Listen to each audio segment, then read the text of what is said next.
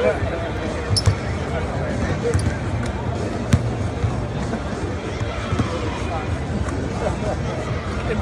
behind.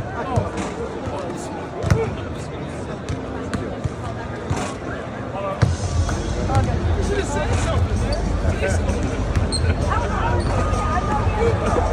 Take the mic and go like this.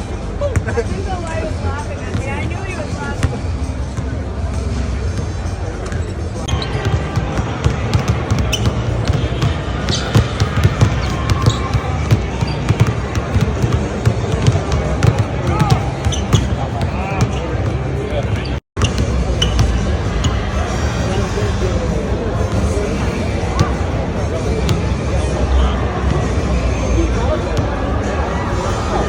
Definitely going to be on ESPN somewhere.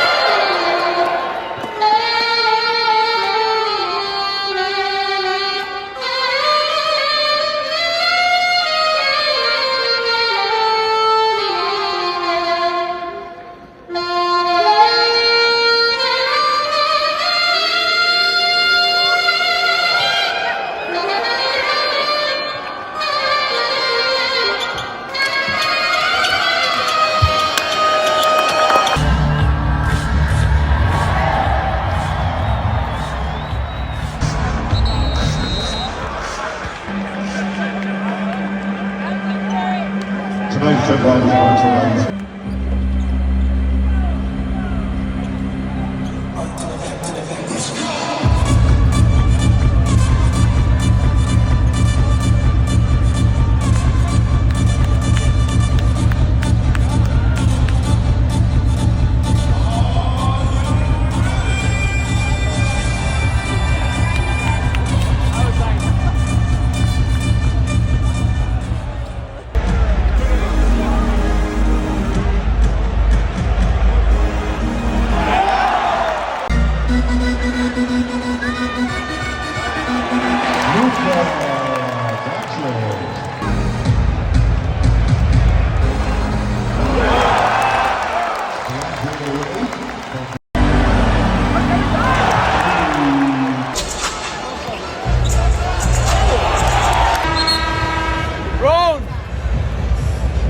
King!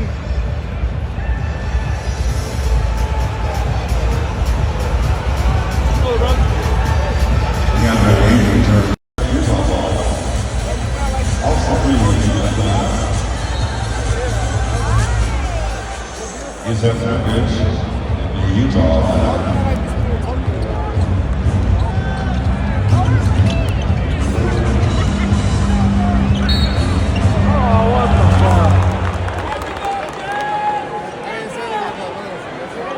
Returns to Utah. Luka Doncic returns to the Warriors.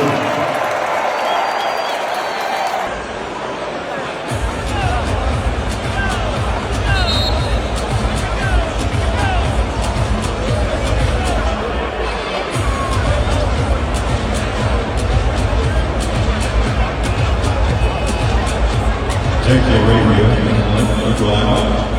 Also, please will have.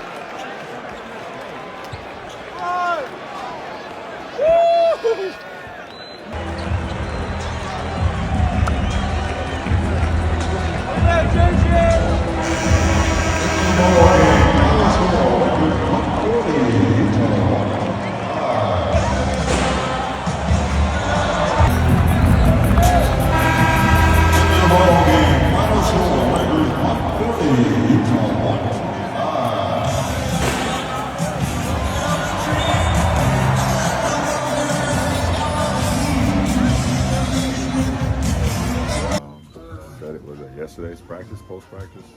I can fit in with anybody. I don't even understand why that was even a question. What's wrong with these people out here? I can fit in right away with anybody. So, you know, just watching the guys the first 14 games that I missed, the first 14, just watching them and seeing. I was just putting myself in position, you know, while I was watching the games of how I can help the team and how I can be successful to help those guys. And, you know, I still, you know, able to gain a lot of eyes when I'm driving the ball or have the ball, you know, things of that nature. And I had a big fella down there, big 5 down there, and my guy Gabe right here, obviously, and Jake, you know, our second team. We went out there and kind of pushed the lead up. LeBron, you scored. I mean, honestly, just sharing with him. You know, it's 23rd season. It's insane. Just sharing the cool with him, it's special. He sees things that other people can't. So he's here to help us all. So it's amazing. And it's only his first game back, and he played amazing. So I'm excited to play some more. Yeah, you don't make it seem like that. You know, running next to him and he running fast as me down the floor. You don't think that it's his 23rd year. You know, the dude's a machine. I was just telling him a fun fact. You know, he threw me an alley-oop. I said, that's my second alley-oop from you. The first one was when I was in 8th grade at your camp.